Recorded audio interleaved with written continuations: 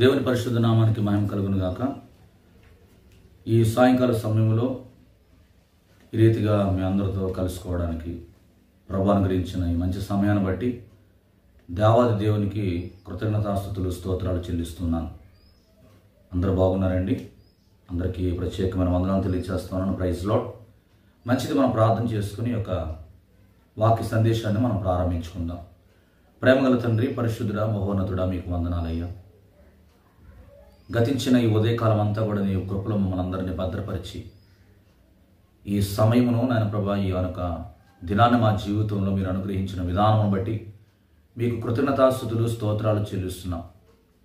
నీ ప్రియ బిడ్డలందరితో నాయన ప్రభా కొద్ది నిమిషాలు వాక్యమును ధ్యానిస్తుంటుండగా మీరు మాతో మాట్లాడండి.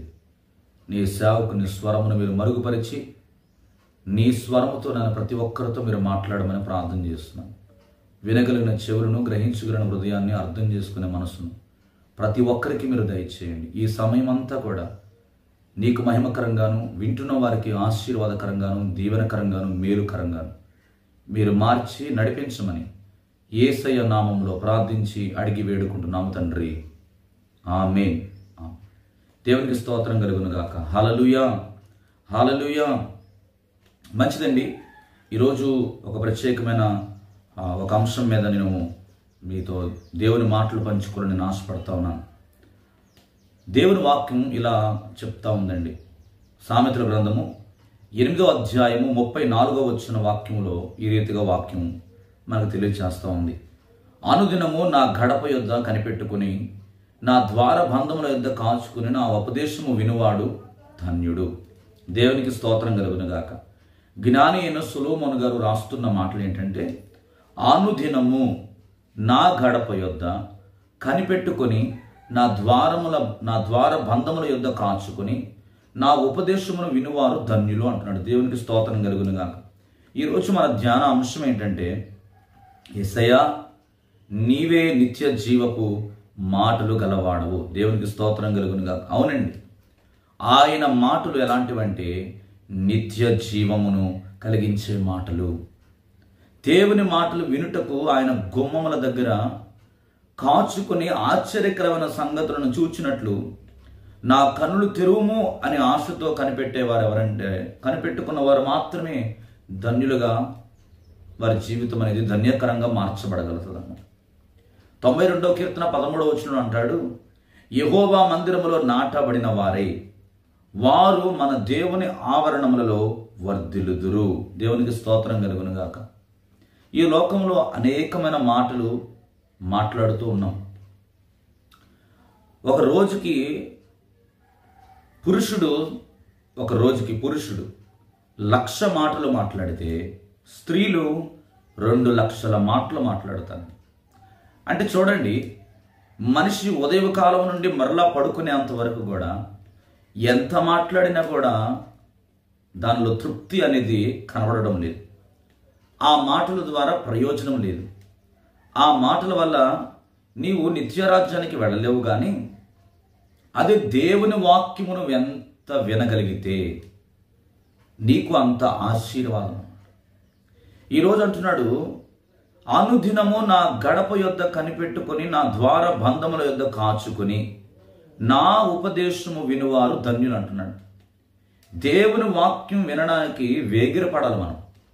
ఎందుకనంటే దేవుని మాటే నిన్ను నిత్య జీవములోనికి నడిపిస్తుంది. దేవుని మాటలు నువ్వు ఎంత వినగలిగితే అంత ఆశీర్వాదాన్ని నువ్వు పొందుకుంటావు. ఈరోజు చాలామంది దేవుని మాటలు వినడానికి ఇష్టపడట్లేదండి. నిత్య జీవంలోనికి నడిపించే దేవుని మాటలు వినడానికి ఈరోజు చాలామంది ఇష్టపడని వారిగా కనబడతా ఉన్నారు. అదే లోక సంబంధమైన మాటలు మాట్లాడడానికి ఎంతో సమయాన్ని హెచ్చిస్తూ ఉంటారు. వాక్యం చెప్తుంది, యెహోవా మందిరములో నాటబడిన వారై వారు మన దేవుని ఆవరణములలో వర్ధిల్లుదురు. నీవు వర్ధిల్లాలంటే, నీవు ఆశీర్వాదాన్ని పొందుకోవాలంటే నీవు దేవుని మందిరంలో నాటబడిన జీవితం కలిగి ఉండాలి. నాటబడిన అనుభవం నీలో ఉండాలి.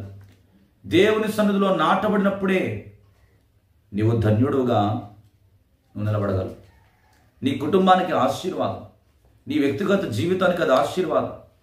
నీ ఆధ్యాత్మికమైన జీవితంలో నీవు ఒక పరిపక్వత్వానికి రావాలంటే అనుదినము వాడుక చొప్పున కాదు, ఏదో గుర్తొచ్చినప్పుడు దేవుని వాక్యం వినడం కానీ చదవడం కానీ ఇది మన జీవితంలో ఆశీర్వాదాన్ని తీసుకుని రాలేదు. కానీ అనుదినము ప్రతి క్షణం నీ జీవితంలో సమయము దొరికినప్పుడల్లా దేవుని మాటలు వినడానికి, ధ్యానించడానికి, చదవడానికి నువ్వు ఇష్టపడేవాడుగా ఉండాలి. యాకోబు పత్రిక 1వ అధ్యాయము 22 నుంచి 25 వరకు మీరు వచ్చిన భాగాన్ని గమనిస్తే అక్కడ ఒక సందర్భాన్ని మనకు తెలియజేస్తా ఉన్నారు. చూడండి, సహోదరులారా, మీరు సంగతి ఎరుగుదురు గనుక ప్రతి మనుషుడు వినుటకు వేగిర పడువాడును, మాట్లాడుటకు నిదానించువాడును, కోపించుటకు నిదానించువాడునై ఉండవలెను. ఎందుకనగా నరుని కోపము దేవుని నీతిని నెరవేర్చదంట. ఏమంటున్నాడండి? భక్తుడైన యాకోబు గారు రాసిన యాకోబు పత్రికలు అంటున్నాడు, చూడండి, వినుటకు వేగిరపడే అనుభవం మనలో ఉండాలి. దేవుని మాటలు మనం ఎప్పుడైతే వినడానికి వేగిరపడతామో, మాట్లాడటకు నిదానించు వారమై ఉండాలంటే మాట్లాడే విషయాలు ఏం మాట్లాడాలి, ఏమి మాట్లాడకూడదు, ఈ విషయాల్లో మనం ఎప్పుడైతే మనము నిదానించే వారముగా మనం ఉండాలి. రెండవదిగా కోపించుటకు నిదానించువాడువై ఉండవలను. ఎందుకనగా నరుని కోపము దేవుని నీతిని నెరవేర్చదంట. ఇంకేమంటున్నాడు తెలుసా? అందుచేత సమస్త కల్మషమును విర్రవిగుచున్న దుష్టత్వమును మాని లోపల నాటబడి మీ ఆత్మను రక్షించుటకు శక్తిగల వాక్యమును సాత్వికముతో అంగీకరించుడి. దేవునికి స్తోత్రం కలుగునుగాక. హల్లెలూయా. ఏమంటున్నాడండి? ఎప్పుడైతే నీలో కోపము అనే స్వభావం ఏలుబడి చేస్తుందో అది దేవుని నీతిని నెరవేర్చలేదు. ఒకటి. రెండవదిగా సమస్త కల్మషమును మీ విర్రవిగుచున్న దుష్టత్వమును మాని, ఎప్పుడైతే నీలో కోపం ఉంటుందో ఆ కోపము నిన్నేం చేస్తుందంటే దుష్టత్వములోనికి నడిపిస్తుంది. ఈ రెండు కూడా మన జీవితం నుంచి పోవాలంటే లోపల నాటబడిన మీ ఆత్మను రక్షించుటకు శక్తిగల వాక్యము సాత్వికముతో మనమంట అంగీకరించాలి. 22వ వచనం అంటాడు, మీరు వినువారు మాత్రమై ఉండి మిమ్మల్ని మీరు మోసపుచ్చుకొనకుండా వాక్య ప్రకారము ప్రవర్తించువారనై ఉండుడి. ఎవడైనను వాక్యమును వినువాడయుండి దాని ప్రకారము ప్రవర్తింపని వాడైతే వాడు అద్దములో తన సహజ ముఖమును చూచుకుని మనుషుని పోలి ఉన్నాడు. దేవునికి స్తోత్రం కలుగునుగాక. ఈరోజు చాలా మంది జీవితాల్లో మీరు గమనిస్తే వినువారు మాత్రముగానే ఉన్నారు, కానీ వాటిని గైకొనే పరిస్థితి చాలా మంది జీవితాల్లో కనబడడం లేదు. మనలో నాటబడాలి దేవుని వాక్యము. మన ఆత్మ రక్షింపబడాలంటే, మన ఆత్మ నిత్య రాజ్యములోనికి చేరాలంటే మనం వినాల్సింది దేవుని మాటలు. దేవుని మాటలను ఎప్పుడైతే వింటావో 119వ కీర్తన 18వ వచనం అంటాడు, నేను నీ ధర్మశాస్త్రమందు ఆశ్చర్యకరమైన సంగతులను చూచినట్లు నా కన్నులు తెరవుము అంటున్నాడు. ఈ లోకంలో ఎన్నో గ్రంథాలు ఉన్నాయండి, ఎన్నో గ్రంథాలు ఉన్నాయి, ఎన్నో పుస్తకాలు ఉన్నాయి. ఎంతోమంది మహామహులు వారు అనేకమైన పుస్తకాలను రచించారు. కానీ నిన్ను నిత్య జీవములోనికి నడిపించేది, నిన్ను పరలోకానికి నడిపించేది ఏకైక గ్రంథం ఏదైనా ఉందంటే అది పరిశుద్ధ బైబిల్ గ్రంథం ఒక్కటే. దేవునికి స్తోత్రం కలుగును గాక. అట్లాంటి గ్రంథాన్ని ఒక సామాన్యమైన పుస్తకం లాగానో ఒక న్యూస్ పేపర్ లాగానో నువ్వు చదివితే ఇందులో ఉన్న మాటలు నీకు అర్థం కావు. ఈ లోకంలో ఎంత విద్య అభ్యసించినా, ఎన్ని డిగ్రీలు నువ్వు తీసుకున్నా ఆ జ్ఞానము పరిశుద్ధ గ్రంథం ద్వారా మాత్రమే నువ్వు పొందుకోగలవు తప్ప నీకున్న తెలివితేటలను బట్టో డిగ్రీలను బట్టో నువ్వు ఏమాత్రం కూడా ఇందులో ఉన్న జ్ఞానాన్ని నువ్వు అర్థం చేసుకోలేవు. మన మనోనేత్రాలు తెరవబడితేనే కానీ పరిశుద్ధ గ్రంథములోని ఆశ్చర్యకరమైన సంగతులను మనం గ్రహించలేమంటండి. అది ఎట్లా సాధ్యం? పరిశుద్ధ గ్రంథంలో ఏముంది అని మీకు ఒక ప్రశ్న రావచ్చు. తెలుసుకోవాలనే ఒక తృష్ణ మీలో ఉండొచ్చు. తెలుసుకోవడానికి పరిశుద్ధాత్మ దేవుని దగ్గరకు నువ్వు వచ్చి మోకరించి ప్రార్థన చేస్తే ఆయన నీకు నీ మనోనేత్రాలను తెరిచి ఈ పరిశుద్ధ గ్రంథంలో ఉన్న ఆశ్చర్యకరమైన సంగతులు నువ్వు తెలుసుకుని జ్ఞానం పొందుకోవడానికి అవకాశం ఉంటుంది. ఇంతకీ పరిశుద్ధ గ్రంథంలో ఏముందని మీరు అనుకుంటున్నారు? మీకు ఎప్పుడు కూడా మీకు ఒక ఈ క్వశ్చన్ అనేది మీలో చాలా మందిలో ఉండి ఉండొచ్చు. దాని గురించి నేను ఒక మంచి మీకు ఎక్స్ప్లెయిన్ ఇవ్వాలని నేను ఆశపడతా ఉన్నాను. అసలు పరిశుద్ధ గ్రంథంలో ఏముందండి అని మనం ఆలోచన చేయగలిగితే, పరిశుద్ధ గ్రంథంలో ఒకటి ఆయన పిలుపు దాగి ఉంది, రెండవదిగా దాని నిరీక్షణ దాగి ఉంది, మూడవదిగా పరిశుద్ధులకు స్వాస్థ్యం అనేది ఇందులో దాగుంది, నాలుగవదిగా మహిమ ఐశ్వర్యం ఇందులో దాగుంది, ఐదవదిగా ఆయన బలము కలిగిన దేవుడని ఇందులో దాగుంది, ఆరవదిగా అపరిమితమైన శక్తి ఇందులో దాగుంది, ఏడవదిగా ఆయన మహత్యము ఎట్టిదో ఇందులో దాగుంది. ఇవన్నీ కొన్ని మాత్రమేనండి. ఇంకా చాలా విషయాలు ఈ పరిశుద్ధ గ్రంథంలో నిక్షిప్తంగా ఉన్నాయన్నమాట. పరిశుద్ధ గ్రంథాన్ని ధ్యానించగలిగితే లెక్కకు మించిన సంగతులు నీకు ఆయన బోధించే దేవుడై ఉన్నాడు. దేవునికి స్తోత్రం కలుగును గాక. అందుకే పౌలు గారు అంటారు, ఎఫెసీ పత్రిక 1:17-19 చదివితే, మరియు మీ మనోనేత్రములు వెలిగింపబడినందున ఆయన మిమ్మును పిలిచిన పిలుపు వలనైన నిరీక్షణ ఎట్టిదో, పరిశుద్ధులలో ఆయన స్వాస్థ్యం యొక్క మహిమైశ్వర్యం ఎట్టిదో, ఆయన క్రీస్తునందు వినియోగపరిచిన బలాతిశయమును బట్టి విశ్వసించు మన యందు ఆయన చూపుచున్న తన శక్తి యొక్క అపరిమితమైన మహత్యము ఎట్టిదో మీరు తెలుసుకొనవలనని మన ప్రభు అయిన యేసుక్రీస్తు దేవుడైన మహిమాశ్వర్యపు తండ్రి తను తెలుసుకొనుట యందు మీకు జ్ఞానమును ప్రత్యక్షతను గల మనస్సును అనుగ్రహించినట్లు నేను నా ప్రార్థన యందు మిమ్మల్ని గూర్చి విజ్ఞాపన చేయుచున్నాను అంటున్నాడు పౌలు గారు. దేవునికి స్తోత్రం కలుగును గాక. పైన చెప్పబడిన విషయాలన్నీ కూడా పౌలు గారు ఎఫెసీ పత్రికలో ఆయన రాస్తూ ఉంటున్నాడండి. ప్రతినిత్యము ఆ జ్ఞానమును, ఆ ప్రత్యక్షతను గల మనస్సును అనుగ్రహించినట్లు నేను నా ప్రార్థన యందు మిమ్మల్ని గూర్చి విజ్ఞాపన చేయుచున్నాను అంటున్నాడు.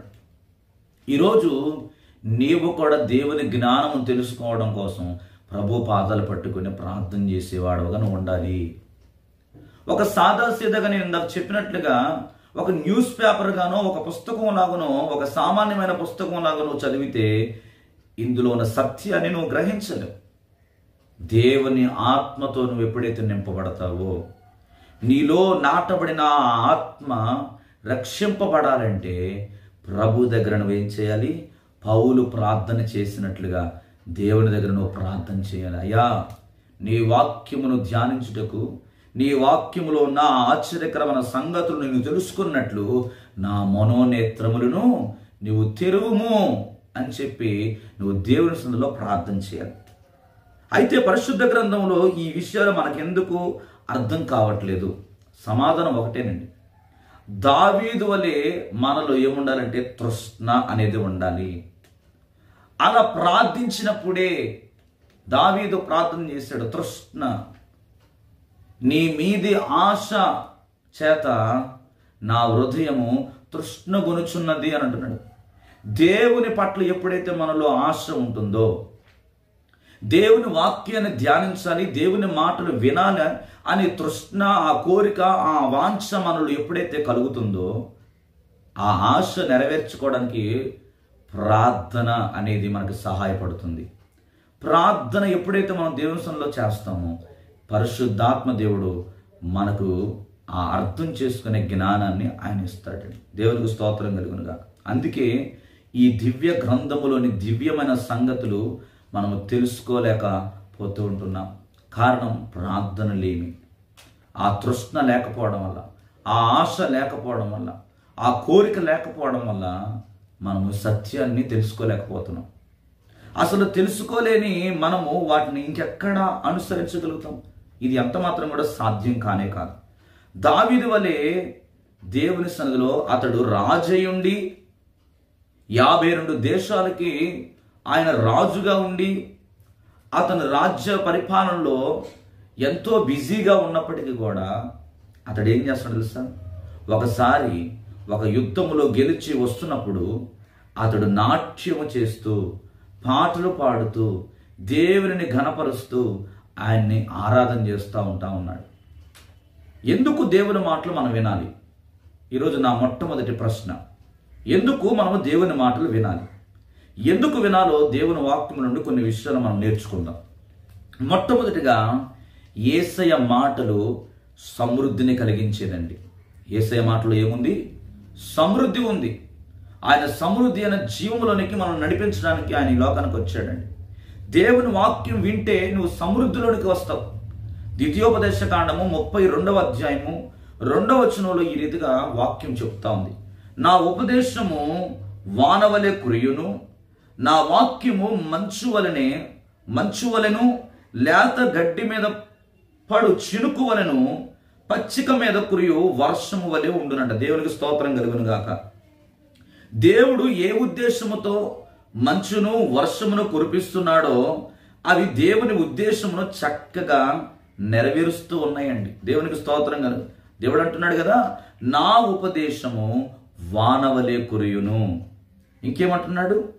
నా వాక్యము మంచు వలెను, లేత గడ్డి మీద పడు చినుకు వలెను, పచ్చిక మీద కురియు వర్షము వలె ఉండును అంటున్నాడు. వర్షము, మంచు, ఆకాశం. వర్షము, మంచు ఎక్కడి నుంచి వస్తాయి? ఆకాశం నుండి వచ్చి భూమిని తడుపుతాయి. దాని నుండి ఎప్పుడైతే భూమి ఆ మంచు చేత, ఆ వర్షము చేత తడపబడుతుందో అందులో నుండి ఏమొస్తాయి? మొక్కలు మొలుస్తాయి. చల్లడానికి విత్తనాలు, తినడానికి ఆహారాన్ని ఇస్తాయి. అలా చేస్తేనే తప్ప ఆకాశానికి తిరిగిపోవు. అట్లానే దేవుని వాక్కులు ఆయన నోట నుండి, ఆయన ప్రవక్తల నోట నుండి వచ్చి అక్కడ నుండి లోకములో దేవుని సంకల్పాలను నెరవేర్చడానికి బయలుదేరే అవి నిష్ఫలముగా దేవుని దగ్గరకు తిరిగి చాలు. దేవుని యొక్క సంకల్పాన్ని తప్పక అవి సాధిస్తాయి, నెరవేరుస్తాయి. ఏంటవి? ఆకాశము, వర్షము, మంచు. ఆకాశములో నుండి వర్షము, మంచు ఈ భూమి మీదకి వచ్చి భూమిని ఏం చేస్తాయని చెప్పాను? తడుపుతాయి. అప్పుడు విత్తనం వేసినప్పుడు ఆ విత్తనములో నుండి మొక్క అనేది ఎలాగైతే బయటకు వస్తుందో, ఆ మొక్క ఏ విధంగా అయితే ఎదిగి ఫలాలను ఇస్తుందో, అలాగే దేవుని పోలికలు సృజించబడిన మనము ఆత్మీయమైన రంగంలో మనం ఎదగాలంటే మనము మన శరీరానికి ఆహారం ఎలాగైతే పెడుతున్నామో మన ఆత్మ కూడా ఉజ్జీవింపబడాలంటే, మన ఆత్మ కూడా ఎదిగింపబడాలంటే, మన ఆత్మ అభివృద్ధి చెందాలంటే, మనము ఆత్మీయమైన ఆశీర్వాదాలు పొందాలంటే దేవుని వాక్యము కూడా మన ఆత్మకు ఎప్పటికప్పుడు అందించేవారిగా ఉండాలన్నమాట. అప్పుడే మనం సమృద్ధి అయిన జీవంలోనికి రాగలం. దేవునికి స్తోత్రం కలుగును గాక. యెషయా గ్రంథం అంటాడు 55వ అధ్యాయము 10వ వచనంలో, వర్షమును హిమమును ఆకాశము నుండి వచ్చి అక్కడికి ఎలాగో మరలక భూమిని తృప్తి పరచి లేక తడిపి విత్తువానికి విత్తనమును భుజించువానికి ఆహారమును కలుగుటకై అది చిగుర్చి వర్ధులునట్లు చేయునో అలాగే నా నోట నుండి వచ్చు వచనము ఉండును అంటున్నాడు. దేవునికి స్తోత్రం కలుగును గాక. హల్లెలూయా. దేవుడు ఒక మాట చెప్పాడంటే అది తప్పక జరిగి తీరుతుందండి. దేవునికి స్తోత్రం కలుగును గాక. అందుకే జరగవలసిన కొన్ని విషయాలు కూడా జరిగిపోయినట్లు పరిశుద్ధ గ్రంథంలో రాయబడ్డాయి. అంటే నీ విషయంలో నువ్వు ఏమి జరగాలని ప్రార్థిస్తున్నావో అవి ఖచ్చితంగా జరుగుతాయి అన్న సంగతి నువ్వు తెలుసుకోవాలి. ఈరోజు దేవుని మాటలు అంత ఖాయం అన్నమాట. ఆయన మాటలు ఎప్పుడు కూడా ఒక పొల్లైనా ఒక సున్నైనా కూడా తప్పిపోదండి. ఆయన సత్యవంతుడైన దేవుడు. అయితే దేవుడు ఏం చెప్పాడో మనకు తెలియాలంటే పరిశుద్ధ గ్రంథాన్ని ధ్యానించడం ఒక్కటే మార్గం. ఈ సత్యాన్ని గ్రహించి పరిశుద్ధ గ్రంథాన్ని ధ్యానించగలిగితే ఆయన వాక్యము నీకు నెమ్మదినిస్తుంది. ఒకటి. రెండవదిగా ఆశీర్వాదాన్ని ఇస్తుంది. మూడవదిగా శాశ్వతమైన సంతోషాన్ని ఇస్తుంది. నీ జీవితాన్ని వెలిగిస్తుంది. అది నిన్ను ఆదరిస్తుంది, ప్రోత్సాహపరుస్తుంది, జీవింపజేస్తుంది, నిత్య రాజ్యానికి చేర్చగలుగుతుంది.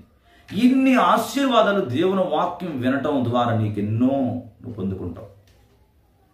మచ్చుకి ఇవి కొన్ని మాత్రమే, కానీ అనేకమైన విషయాలు దేవుని మాటలు వినడం ద్వారా ఎన్నో ఆశీర్వాదాలు మనం పొందుకోగలమండి. ఈ లోకంలో ఎన్ని గ్రంథాలను ఈ దివ్యమైన గ్రంథానికి ఇంతవరకు సాటి లేనే లేదు. ఈ దివ్యమైన గ్రంథాన్ని ధ్యానించాలి. ఇది గుర్తు వచ్చినప్పుడు కాదు, కానీ అనుదినము నా గడప యొద్ద కనిపెట్టుకొని నా ద్వార బంధముల యొద్ద కాచుకుని నా ఉపదేశము వినివారు ధన్యులని సామెతల గ్రంథంలో 8వ అధ్యాయం 34వ వాక్య ప్రకారం, ప్రియమైన వారులారా, దేవుని మాటలు వినుటకు ఆయన గుమ్మము దగ్గర కాచుకొని కనిపెట్టుకునే ఆ అనుభవంలోనికి మనం రావాలి.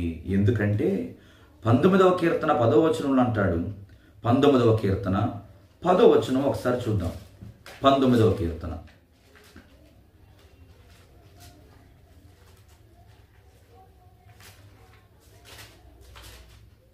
19వ కీర్తన 10వ వచనంలో ఈ రీతిగా వాక్యించు. అవి బంగారు కంటెను, విస్తారమైన మేలిమి బంగారము కంటెను కోరదగినవి, తేనె కంటెను జుంటి తేనె దారుల కంటెను మధురమైనవి. దేవునికి స్తోత్రం కలుగును గాక. ఈరోజు బంగారమును ధరించని వారు ఎవరు కూడా ఉండరు. బంగారమును ఇష్టపడిన వారు ఎవరు కూడా ఉండరు.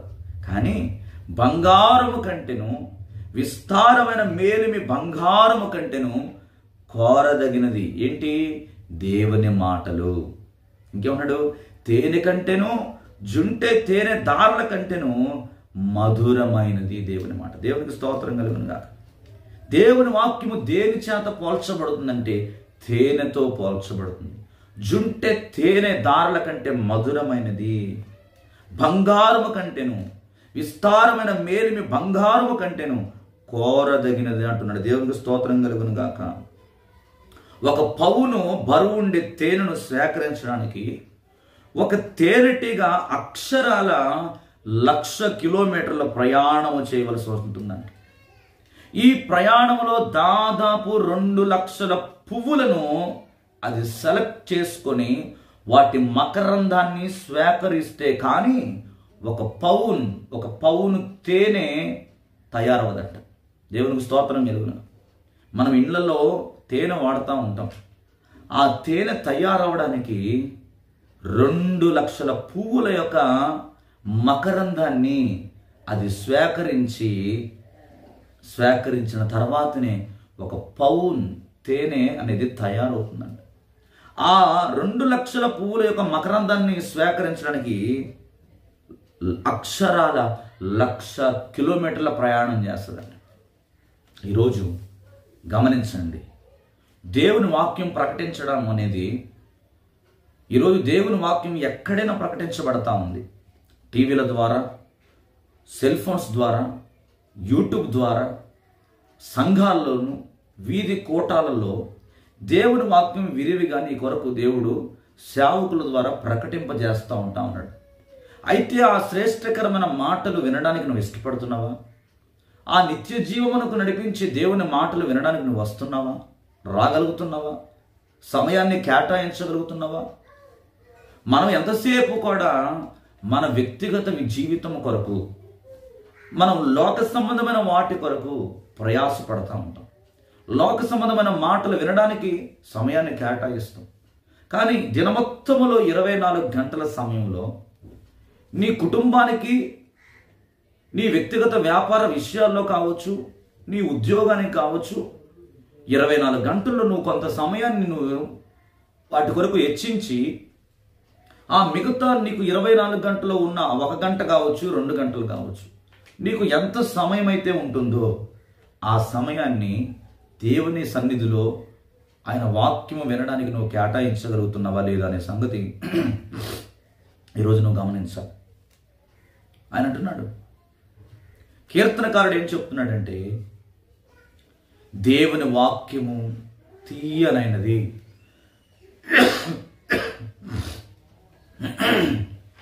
దేవునికి స్తోత్రం కలుగుతుందా.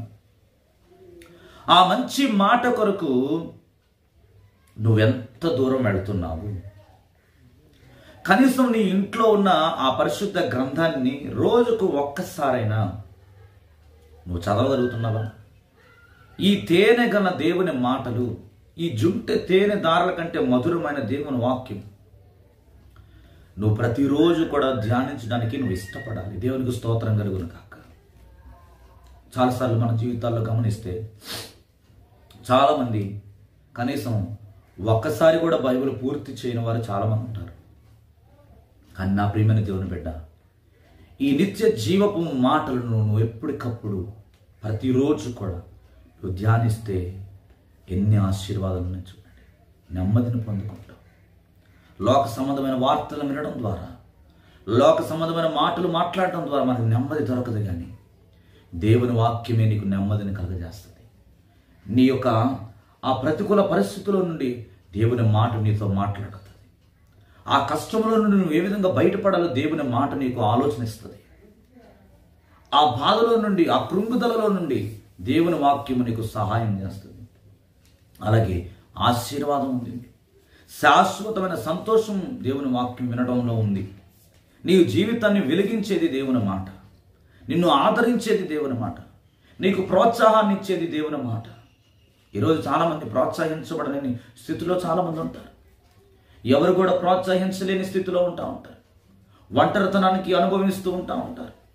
చేయి పట్టుకొని లేవనెత్తి ఒక స్థాయిలో నిలబెట్టే వాళ్ళు ఎవరైనా ఉన్నారేమో ఎదురు చూసేవాళ్ళు చాలామంది ఉంటారు. అటువంటి వారితో ఈరోజు దేవుడు నీతో మాట్లాడుతున్నాడు. ఒకళ్ళు అటువంటి పరిస్థితుల్లో నువ్వు ఉన్నట్లయితే ఈరోజు దేవుడు నీతోనే మాట్లాడుతున్నాడు. దేవుని వాక్యం నువ్వు విను. ఈ శ్రేష్టకరమైన దేవుని మాటలు నువ్వు ఎప్పుడైతే వినగలుగుతావో ఆయన నిన్ను ప్రోత్సాహపరిచే దేవుడై ఉన్నాడు.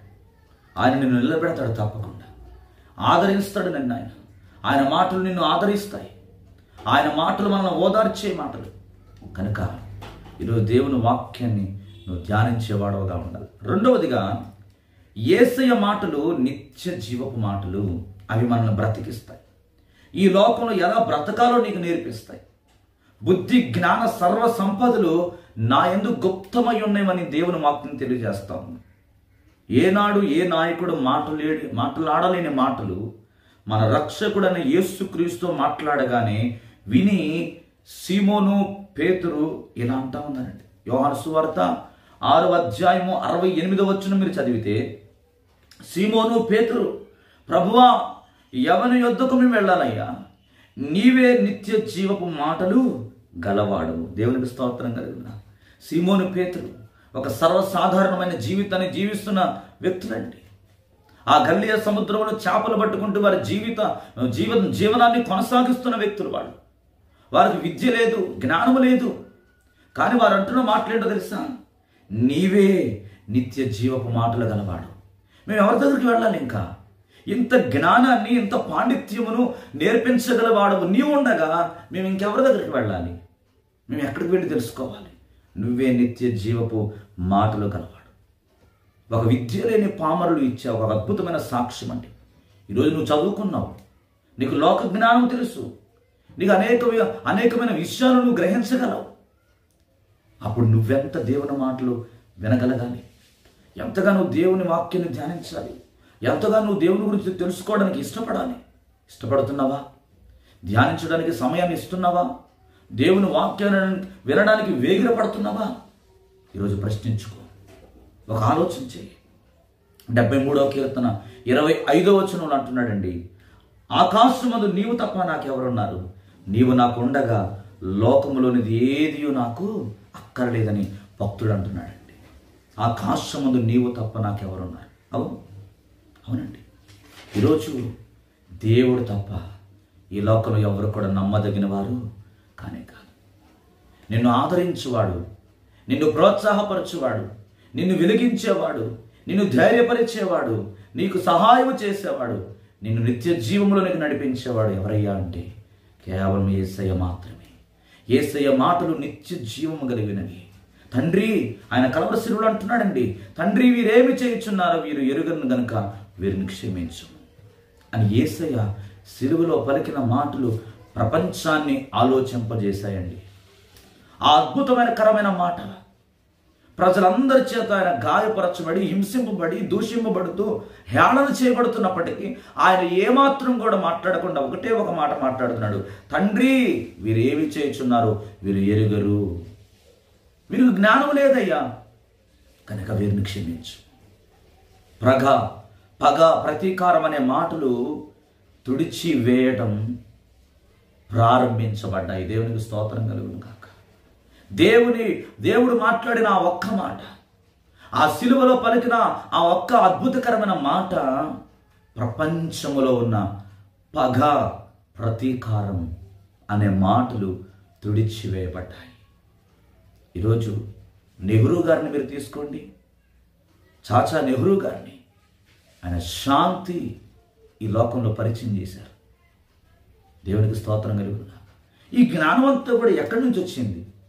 ఈ పాండిత్యం ఎక్కడి నుంచి వచ్చింది అంటే దేవుని వాక్యం, పరిశుద్ధ బైబిల్ గ్రంథం. ఈ పరిశుద్ధ బైబిల్ గ్రంథములో ఏమి రాయబడ్డదంటే ప్రేమ, దయ, క్షమాగుణం దేవుని వాక్యంలో రాయబడ్డది. అలాంటి యేసయ్యతో నువ్వు సహవాసం చేయగలిగితే, ఆయన మాటలను విని నేర్చుకోగలిగితే నిజంగా అంతకంటే ధన్యకరమైన జీవితము, అంతకంటే ధన్యకరమైన అవకాశం, సమయం ఇంకొకటి ఉండదండి. యేసయ్య గురించి ప్రవక్త అయిన యెషయా గారు తన గ్రంథంలో ఈ విధంగా రాస్తా ఉన్నారు. ఏంటంటే 11వ అధ్యాయం 2వ వచనంలో, యెహోవా ఆత్మ జ్ఞాన వివేకములకు ఆధారముగు ఆత్మ, ఆలోచన బలములకు ఆధారము ఆత్మ, తెలివిని యెహోవా ఎడల భయభక్తులను పుట్టించు ఆత్మని అతని మీద నిలిచు. ఆ ఆత్మ యేసు అతని మీద నిలిచినట్టు. దేవునికి స్తోత్రం కలుగును. యెహోవా ఆత్మ ఎలాంటిదో తెలుసా? జ్ఞాన వివేకమునకు ఆధారమగు ఆత్మ ఉన్నది.